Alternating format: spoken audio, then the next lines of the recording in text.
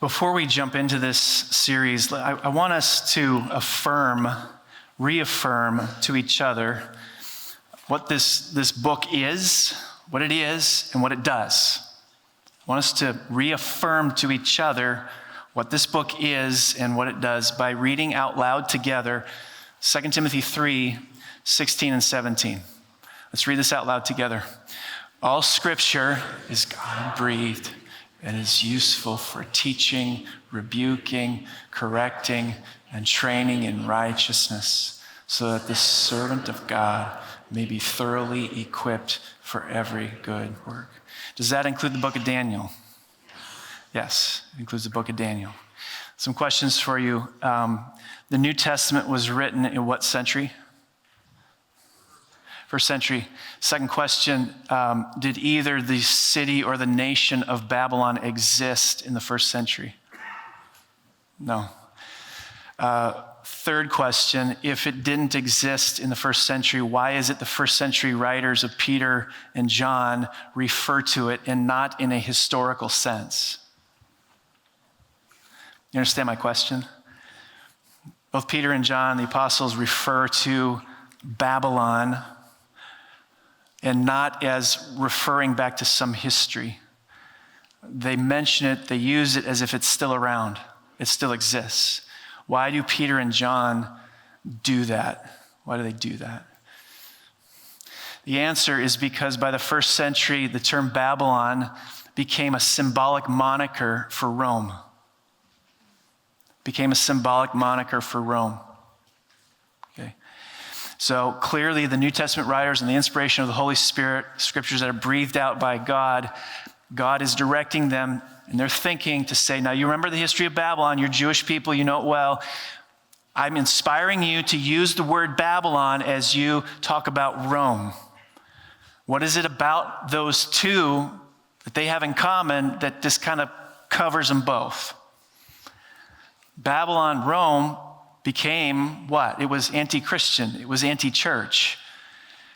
Babylon became this composite picture of many nations.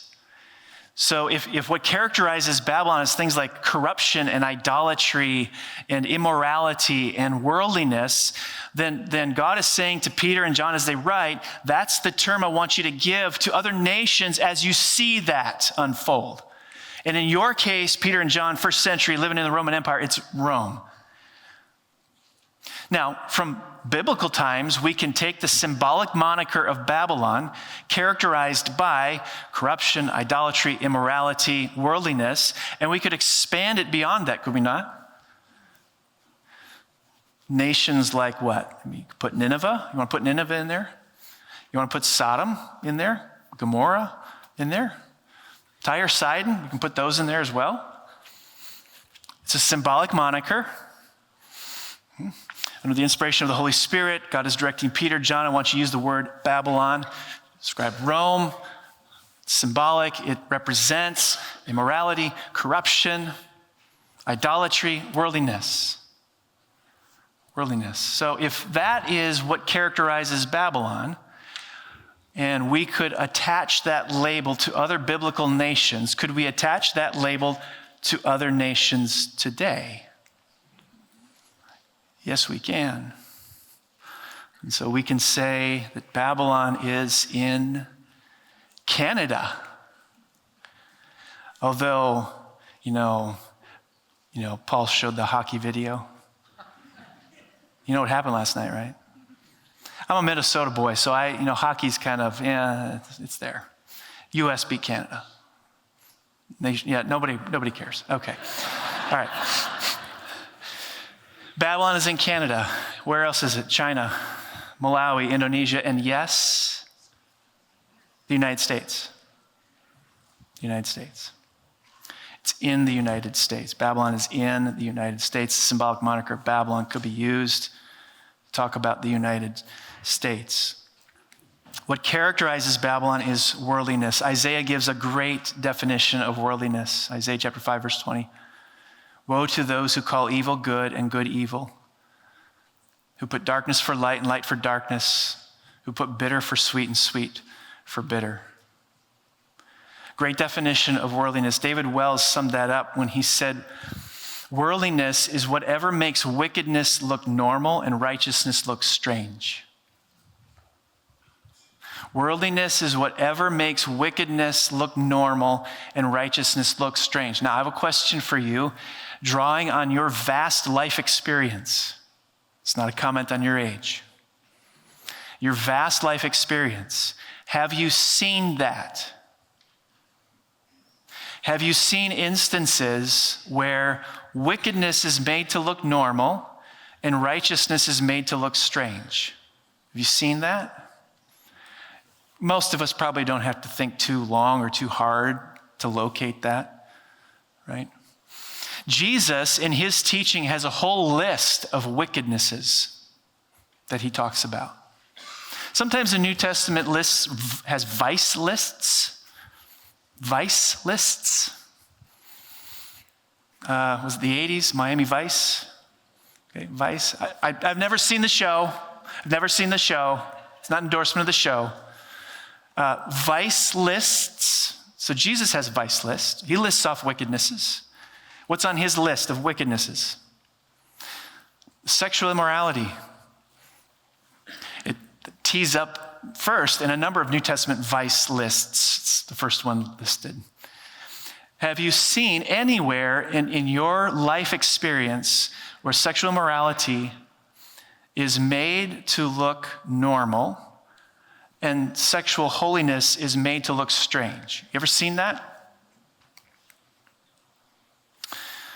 Jesus has a pretty exhaustive list. He includes in there also theft, greed, envy. I don't know if you know it or not, but you live in a culture that encourages envy. I don't know if you know that or not. I'll just tell you. You live in a culture that encourages envy. Slander. Twin sibling of slander is what? Gossip. The twin sibling of slander is gossip. Two sides of the same coin very often. Arrogance. That's Jesus' list of wickednesses. How often do you see those things made to look normal and whatever the anti that is, strange? There's no shortage of that in America. There's no shortage of that in America. Now, this isn't true on a national level alone. Think about your smaller social circles. You might attend a school where the predominant values of the students and the teachers is to see wickedness as normal and righteousness as strange. I know this is true because I've talked to a number of you about it. A lot of you, a good number of you live in work environments that's characterized by worldliness. Work environments where wickedness is made to look normal and righteousness is made to look strange. I know that is true. Some of you may have come out of families where that's the case, where wickedness was made to look normal and righteousness was made to look strange. As Christians, we live as exiles in our various Babylons. Okay? As Christians, we live as exiles in our various Babylons. And it's here where the book of Daniel speaks. In one sentence, here's what the book's about. The book of Daniel is a manual on wise living in Babylon. That's what the whole book's about. It is a manual on wise living as an exile in Babylon. How do we live wisely in Babylon? Now, this is a book, as we will see, that combines riveting stories, some fantastic stories, and some really bizarre, perplexing visions. I have some colleagues in ministry who will preach Daniel 1-6 and then quit. Because in chapter 7 come the visions. Are we going to do that here? Come on. Of course not. If the book ended after chapter 6, we'd be done. It's got more. We keep going all the way to the end. And some of this, by the way, is preparatory for the fall because I am going back through the apocalypse starting in the fall. And you need to understand the book of Daniel if you're going to have a better grasp of the book of Revelation.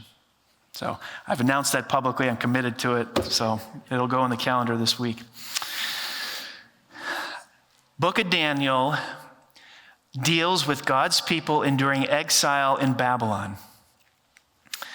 Now, two approaches.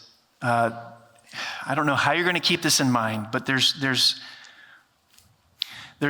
two applications for us as we work through the book.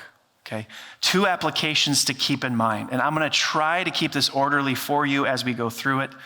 I've got the first three parts written. This thing's challenging. So, one way the application of this book is going to come to light is in how we see history. So you history buffs are going to eat this up. How we see history, how we interpret history theologically, doctrinally. Okay? You got, the video up there. You got national conflicts, and you've got this imperial domination, and you've got persecution, right? This massive movements within history. The book of Daniel is going to put a theological, doctrinal lens on all of that to help you see it just a little bit differently. That's going to be one application to the book. The other, though, is I recognize you live in the United States in 2025. And I recognize that currently we don't have tanks driving through Main Street in Cedarburg. We've not been invaded as Judah was by a foreign entity. I realize that. And so they can feel distant. However, keeping in mind how, under the inspiration of the Spirit, Peter and John used the moniker Babylon as being characterized by worldliness. Anything that makes wickedness look normal and righteousness look strange, you live in Babylons. You live in Babylons. We see Babylon, yes, within the currents of culture. United States culture, we see that. But I also know that you may go to school in one. You may work in one. The people you hang out with may at times make it feel like you're actually in Babylon. Okay? Daniel is a manual on how to live wisely in Babylon. So I want to get into this. I'm going to read chapter 1. And if you don't have it open, get it open. Daniel 1. One other thing here, and I didn't tell the first service this, and I should have. There's a disclaimer that comes with this series. These are deep waters. These are deep waters. And it's here where I feel as a preacher, there's no shortage of first-rate entertainment you're bombarded with day in and day out. And to a great degree, that has a formative effect on us. That forms us, that shapes us. That creates our expectations for life. This series is not going to be entertaining. I have no intention of entertaining you at all. This is the deep end of the pool, and I realize this may be very hard for some of you. I'm asking you to do a couple things. Come prayerfully prepared, okay, to think deeply and to stay with me. And number 2, make sure you've had your coffee before you come to this service. And we've got cup holders in the chairs. You might need to have an extra dose halfway through to keep you alive and awake and moving. Nobody likes to talk about COVID. Remember COVID? Remember grocery shopping? When it first happened? So what couldn't you find grocery shopping? Well, and in some places, you can't find meat or potatoes. You couldn't find meat or potatoes in some places. You remember this? No? You've wiped it from your memory. You couldn't find meat or potatoes in some grocery stores when the first onset happened. There was panic, right? Panic. What could you find? Candy. There was all kinds of Starbursts and Skittles and M&Ms. You go down the candy aisle, it was full. Why is that? Because in a crisis, nobody wants something that's light and fluffy. In a crisis, people want something that's substantive and heavy and nourishing. Okay? The book of Daniel, the occasion for it is crisis. The occasion for the book of Daniel is crisis. It is not Skittles, therefore. It is meat and potatoes. You with me? Okay, we'll see. Daniel 1. In the 3rd year of the reign of Jehoiakim, king of Judah, Nebuchadnezzar, king of Babylon, came to Jerusalem and besieged it. And the Lord delivered Jehoiakim, king of Judah, into his hand, along with some of the articles from the temple of God. These he carried off to the temple of his God in Babylonia and put in the treasure house of his God.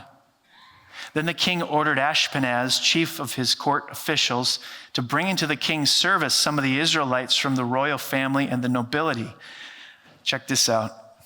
Young men without any physical defect, handsome, showing aptitude for every kind of learning, well-informed, quick to understand, and qualified to serve in the king's palace. Ladies, the dream man does exist. I mean, these guys got it all checked off. Kind of jealous, actually. He was to teach them the language and literature of the Babylonians. The king assigned them a daily amount of food and wine from the king's table. They were to be trained for 3 years, and after that, they were to enter the king's service. Among those who were chosen were some from Judah: Daniel, Hananiah, Mishael, and Azariah. The chief official gave them new names. To Daniel, the name Belteshazzar; to Hananiah, Shadrach; to Mishael, Meshach; and to Azariah, Abednego. But Daniel resolved not to defile himself with the royal food and wine, and he asked the chief official for permission not to defile himself this way. Now, God had caused the official to show favor and compassion to Daniel. But the official told Daniel, "I'm afraid of my lord the king, who has assigned your food and drink. Why should he see you looking worse than the other young men your age? The king would then have my head because of you." Daniel then said to the guard, whom the chief official had appointed over Daniel, Hananiah, Mishael, and Azariah, "Please test your servants for 10 days. Give us nothing but vegetables to eat and water to drink. Then compare our appearance with that of the young men who eat the royal food, and treat your servants in accordance with what you see." So he agreed to this and tested them for 10 days. At the end of the 10 days, they looked healthier and better nourished than any of the young men who ate the royal food. Now relax, this is not a series on the Daniel diet. It's not the purpose of this. I kind of be ticked off if I was one of them too, Daniel and his friends, because watch what happens next. So the guard took away their choice food. So here they are eating brisket and ribs and steak. Oh, steak. And Daniel and his friends say, "We're going vegetables," and they're tested with it. They come out looking better than the other guys, and suddenly the brisket's taken off the table. Daniel is what we call a curve wrecker. To these 4 young men, God gave knowledge and understanding of all kinds of literature and learning, and Daniel could understand visions and dreams of all kinds. At the end of the time set by the king to bring them into his service, the chief official presented them to Nebuchadnezzar. The king talked with them, and he found none equal to Daniel, Hananiah, Mishael, and Azariah. So they entered the king's service. In every matter of wisdom and understanding about which the king questioned them, he found them 10 times better than all the magicians and enchanters in his whole kingdom. And Daniel remained there until the 1st year of King Cyrus. We look at 4 things today: exile in Babylon, how we get there, what we maintain there, who we bless there, and the promise we cling to while there.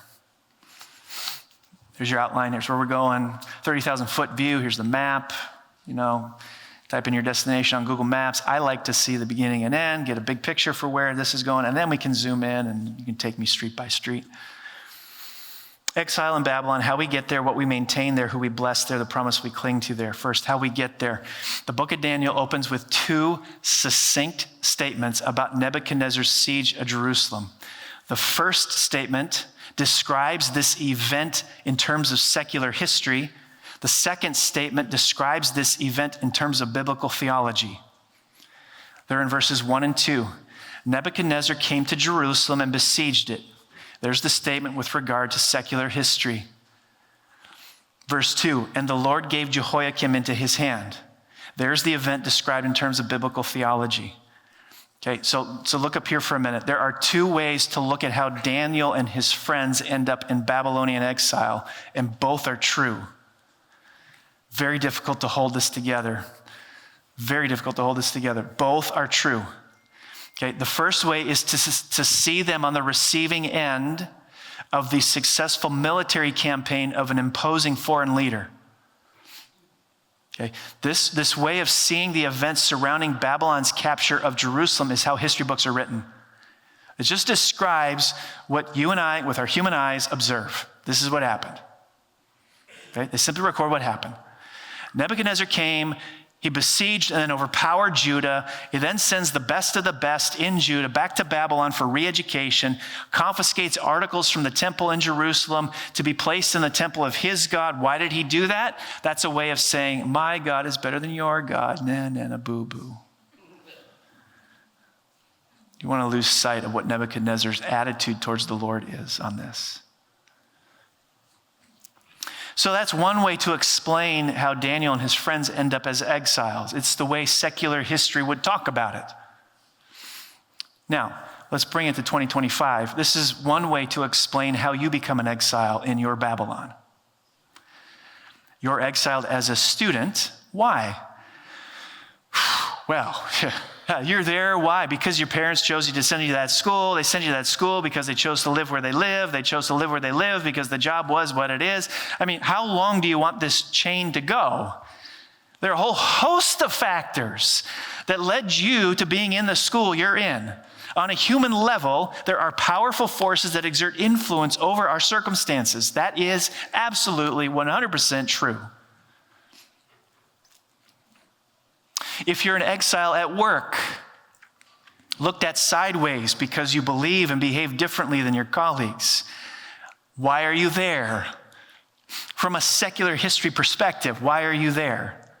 Well, you're there, same kind of thing. You're there because you have, the education you have. You're there because that's the employer that came knocking at your door, making you an offer you couldn't refuse. You're at that place of work because you're from where you're from. On a human level, there are a whole host of powerful forces that exert influence over our circumstances. This is one way to explain your exile, whatever your Babylon is. Think about why it is you're an American and not a Peruvian. Can you explain that? Secular history. Can you explain that? I mean, the links in that chain are rather extensive, don't you think? Rather extensive. And it's true. This is how history would record the event on a human level.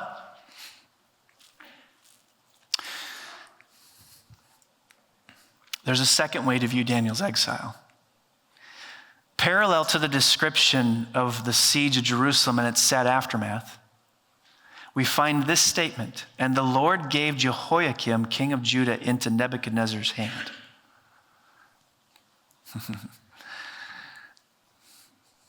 Though Nebuchadnezzar's might was considerable, he is clearly not the sole reason Jerusalem fell under his influence. His success was not entirely his own doing. It was the result of the will and action of God himself. So what you have is the book of Daniel ripping the curtain back and revealing the theological reality, the spiritual reality behind the historical events. There's always divine influence exerting itself underneath, behind, above human action. Always, always, always. Now, to be clear, God handing his people and his city. Let's not lose sight of that. It's his people and his city. Him handing them over to Babylon was not arbitrary, nor was it capricious. Leviticus 18, God had told his people they're going to be entering this bountiful land. Way back in Israel's history, way back. They're going to be entering this promised land that God has provided, and the life that they will have there, all of that is going to come by grace. He asked them in the book of Deuteronomy, why do I love you such that I'm willing to do all this for you? What was the answer? Basically, God says, I love you because I've set my affection on you. I love you because I love you. That's brilliant. That's brilliant. It's not conditioned. It's not conditioned on anything. I love you because I have chosen to love you. That's why. You're getting all this by grace. However, God says, you're going to be in covenant faithfulness to me. Here's the covenant. Here's how you're to walk. And how did they do? Class? Not well. And so does God immediately, all right, that's it. First mistake, you're done. That's it. Forget about it. No. How long does he endure? My word. Talk about the patience of the Lord. You want to know what, the prophets, there's a lot of prophets in the Old Testament. You know what they're there for? To fix these problems. The Lord sends Israel, northern kingdom, southern kingdom, Judah, prophet after prophet after prophet after prophet. What's he doing? Why? He's calling the people back to covenant faithfulness. You've wandered. You're not in line. Come back. Come back. Come back. Come back. Until God says, enough. Bring in the Assyrians for the northern kingdom. Bring in the Babylonians for the southern kingdom. God giving his people and his city into the hands of Babylon was not arbitrary, nor was it capricious. Okay. The circumstances surrounding that is not something Daniel's oblivious to, as we'll find out when we get to chapter 9. He's well aware of the history. Well aware. All right, let me give you the so what. So what? All right. Could you imagine being a resident of Jerusalem? Like, common resident of Jerusalem. And you see this imposing foreign military has surrounded you. Man, that would be terrifying, intimidating, difficult, maybe out of control. I mean, what are you going to do against that? Our fate sometimes seems to lie in the hands of hostile people or in the outworking of impersonal forces of one kind or another. Yet the reality is that our every experience in this world, from the apparently coincidental on one end of the spectrum to the determined acts of wicked men and women on the other, all of it lies under the control of a sovereign God. Nebuchadnezzar came to Jerusalem and besieged it, and the Lord gave Jehoiakim into his hand.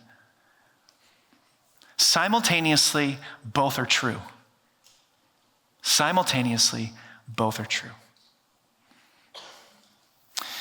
This is how we get there. Second, what we maintain there. So we got Daniel, we got Hananiah, we got Mishael, we got Azariah. They're chosen for deportation because they are studs and bright and intelligent. Man, I can't wait to meet them. What were you really like? How did you get that way?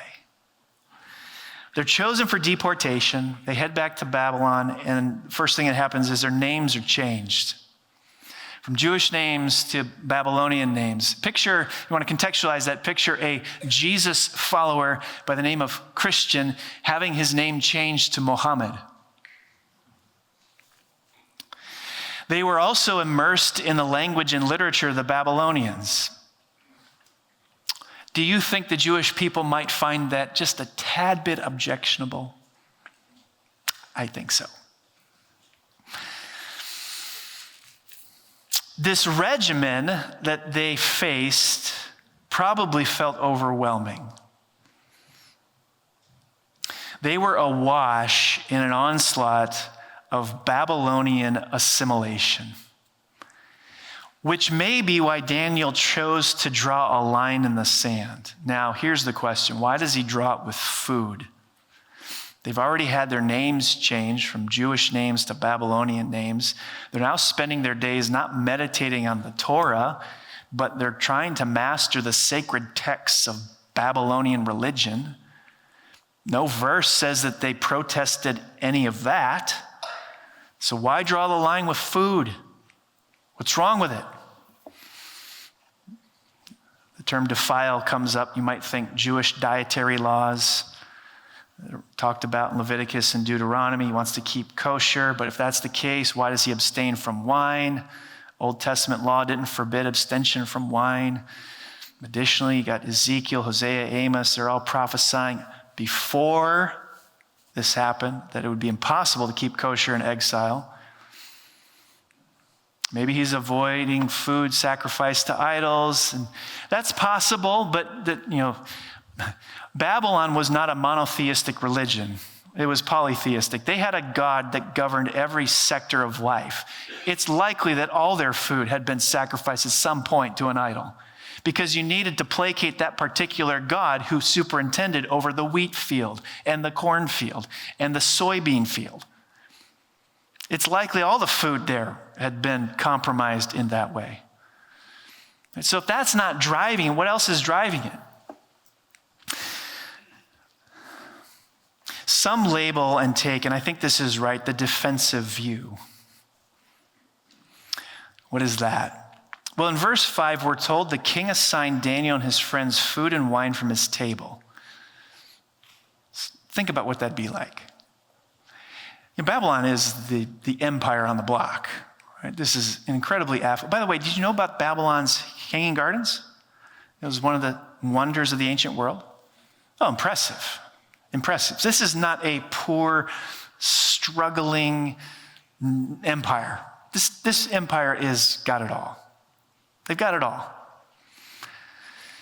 So the king wants to assign the newly arrived Jews, these handsome, intelligent men, food from his table. What's the food from his table going to be like?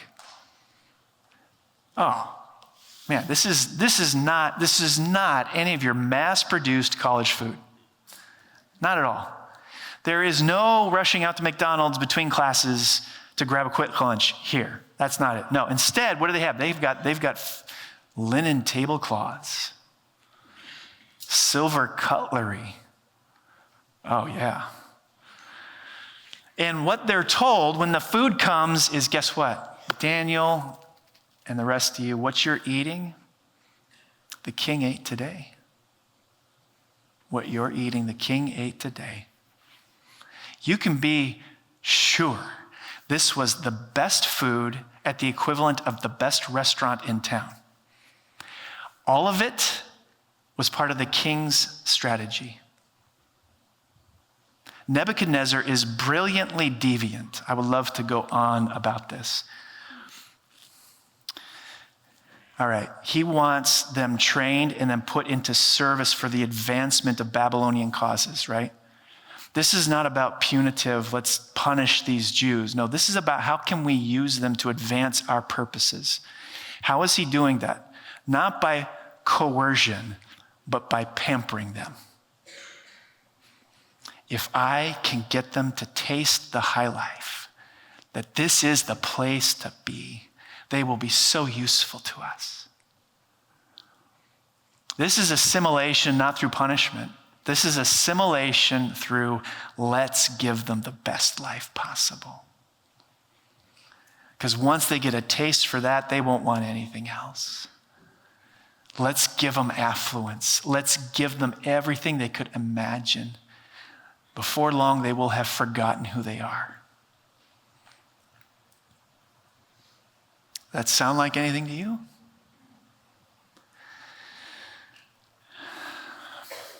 Every mealtime for Daniel and his friends was a message to the students, to these men. Taste the fruits of what success can offer you. Get used to it. Enjoy it. Go for it. This is the fast track. Pour yourself into it. But Daniel decided he would not eat from the king's table. Man, he's bright. He knew if he embraced everything that was put before him, it wouldn't be long before his soul would be consumed by the opportunities that were around him. He knew that if he didn't exercise some restraint, the pressure of the culture would suck him in and the king's tactic would be successful. I think he sniffed it out. He was utterly realistic about the continual erosive effect of throwing yourself into the embracing of everything this world offers. And he reckoned that he needed a strategy to voluntarily exercise some restraint so that every day there was a reminder before him that he was not of this world, but he belonged to God alone. And so Daniel determined not to eat at the best restaurant in town, but instead ate a brown bag lunch of vegetables. There is tremendous wisdom. He's a bright boy with penetration in his thinking. Some of us go through life and the only question we ask is it right or is it wrong? If there's nothing wrong with it, then go for it. But Daniel exemplifies a kind of nuanced thinking that says it may not be wrong, but is it best?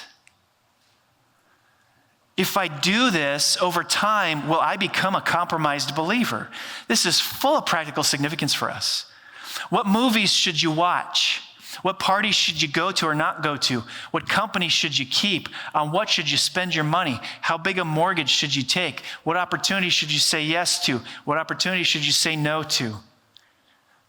We tend to be too black and white, and what we miss is that over a period of time, there is an eroding effect, an eroding power of the secularizing pressure of this world.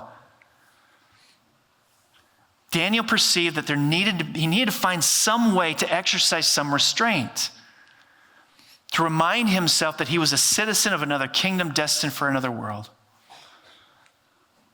So the question we ought to ask ourselves is a simple one. How am I maintaining my distinctiveness as a Christian in Babylon? How am I maintaining my distinctiveness as a Christian in the gray areas of life? Maybe it does have to do with the movies you watch, the parties you go to, the company you keep, the things you spend your money on, the size of the mortgage, the opportunities you say yes and no to. I'll tell you one way that as I look back on my life, my parents did this.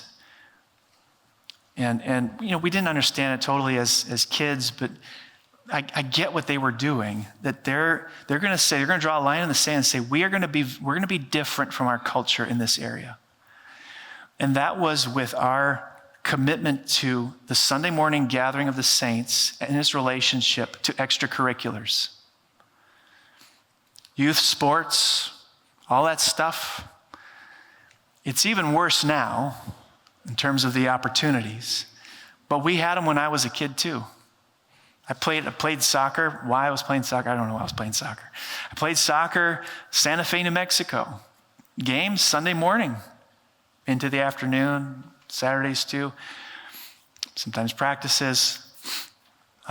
When my parents signed me up for that, they talked to the coach and said, now look, he will be at everything except that stuff that's happening in the morning on Sundays. He will not be at those games. He'll not be at those practices. We draw a line in the sand. Is that okay with you? If it's not okay with you, let us know. Okay, if it's okay, then he'll be there. All the Saturday stuff, the Sunday afternoon, Sunday evening stuff, he'll be there. And they did that with all four of us. It was their line in the sand to say, look, Babylon is encroaching on everything, and it's not going to go past here. There has to be a way we maintain our distinctiveness in Babylon. And so this is one way they did it. This is one way they did it. You look at verse 9. It says, God caused the official to show favor and compassion to Daniel. So this was in his decision to maintain his distinctiveness. I'm not eating this food. What did God do? He blessed that. He blessed that. He blessed that. Where do you need to draw a line in the sand and say, no, Babylon can't come any further than this. Babylon cannot encroach on us anymore, not this. Where can you draw a line in the sand and say, no, it's not going any further than this? I can tell you that desire is a desire God wants to bless with the favor of those who are in Babylon. Test the Lord with it. See what he does. See what he does with it. You don't think that was an enormous risk that Daniel took? Oh my goodness. Not playing soccer on Sunday morning, that's nothing compared to this. And the Lord blessed it. Where do you, your family, where do you need to maintain your Christian distinctiveness in Babylon? Say, Babylon, you're not coming any further than this. That is a desire the Lord can and will bless. Third, who we bless there. Who we bless in Babylon. Verse 17, listen to it. To these 4 young men, God gave knowledge and understanding of all kinds of literature and learning. Now remember what it is they're studying. Given what they're having to study, isn't it remarkable that God is the one who enables them to do it well? This is astonishing, and this is going to mess with you. This is really going to mess with you. God prospers their work at the end of the prescribed re-education. They meet with the king for their oral examination interview, and he finds that these 4 men outstrip all the others. And so they enter the king's service. Verse 20, here's the commendation. In every matter of wisdom and understanding about which the king questioned them, he found them 10 times better than all the magicians and enchanters in his whole kingdom. Wow. Question for you. Do you think some of the material, maybe most of the material they were called to master, they would have found objectionable? Oh, you better believe it. Oh, you better believe it. So how do you square that? How do you square their diligence in studying Babylonian sacred texts to be employed as an enchanter and astrologer in Nebuchadnezzar's service? How do you square that and their clear competency with it, with their faithfulness to the Lord? How'd they do both? How'd they do both? I know a number of you well enough that I'm sure there would be a good number of our people in our church, if they were put in that situation, you would have put your foot down and said to Ashpenaz, go shove it, Ashpenaz. I'm not going to read those books. I know you. There's a few you've done that. So how do we square it? I think we need to back up and trace the chronology in order to understand how we can square their diligence and competency with Babylonian sacred stuff and them receiving, it seems, the commendation of God himself as they lived in Babylon. The first is we have to remember the nature of exile. Sometimes life in a fallen world deals us a bad hand, and the only options in front of us aren't ideal options. Okay? This is something we don't have very well as American Christians right now. This is where we've got to go back to even some of the post-exilic literature. Ezra, for example, people of Israel had intermarried. Remember this? They'd intermarried with women of foreign religions, which God had said, no, this is the unequally yoked issue. Yes? Right? Ezra's reading the scriptures. They're convicted about it. They realize, oh my goodness, we married non-believers. Now what are we supposed to do? Well, what do? You got 2 options, and neither of them are any good. Stay unequally yoked or divorce. Which one's good? Neither of them are good. We live in a fallen world, people. Why do you assume that when we face a problem, there's always going to be a clean way out? No. Sometimes the only options in front of you are bad ones. Sorry. That's the nature of it. That's life in Babylon. We have to remember the nature of exile. We have to be utterly realistic about life in Babylon. Second, the Lord is showing us that not everything is worth losing your life over. There is a pick and choose your battle wisdom here. The author's overall tenor of Daniel and his friends is approval. God's effectively saying, you have permission, listen to this, you have permission to read books you don't believe and gain skills you don't value in service of a kingdom you're not part of. Permission granted. That's the nature of life in exile.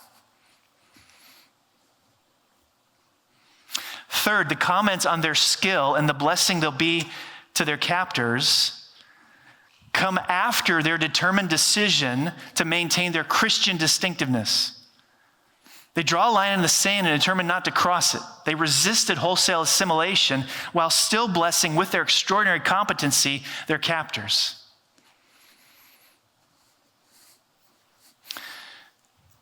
Now, as you listen to that and you work that out in your own life, do you understand why the book of Daniel is within the literary genre of biblical wisdom? This is hard stuff. How do you navigate that? How do you navigate that? It's said that wisdom is godly competency in the gray areas of life. It's knowing the best thing to do when there's no verse telling you what to do. It's knowing the best thing to do when there's no verse telling you what to do. It takes extraordinary wisdom to put this together. May God give it to us. Last, the promise we cling to while there.